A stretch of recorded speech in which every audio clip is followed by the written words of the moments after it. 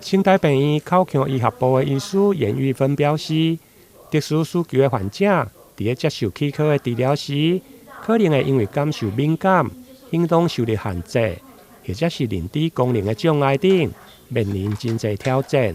包括口腔的清洁困难、对着诊疗的环境嘛感觉焦虑等。因此，透过诊间的改造，希望帮助患者会用克服障碍，提升口腔的健康。我们的特殊需求者牙科示范中心，我们特别设计了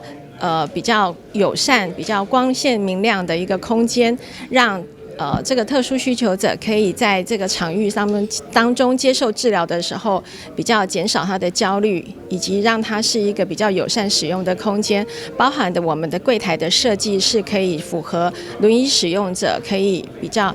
可以独立操作进行报到跟挂号的一个空间。那以及我们也提供了。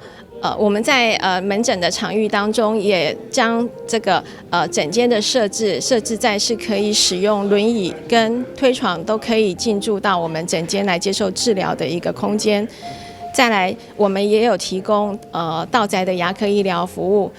以提供这个长期卧床的患者以及没有办法不方便出门的患者，可以在宅接受牙科的治疗。在病院甲卫生福利部的支持。特殊需求者的气科嘛被认定是第10专科，不管是坐轮椅或者是倒立门床的患者，拢会用到新台特殊气科的示范中心来就诊，甚至行动不便的病院还有到处服务等，提供特殊需求的患者维持良好的口腔健康。台南新闻林根采访报道。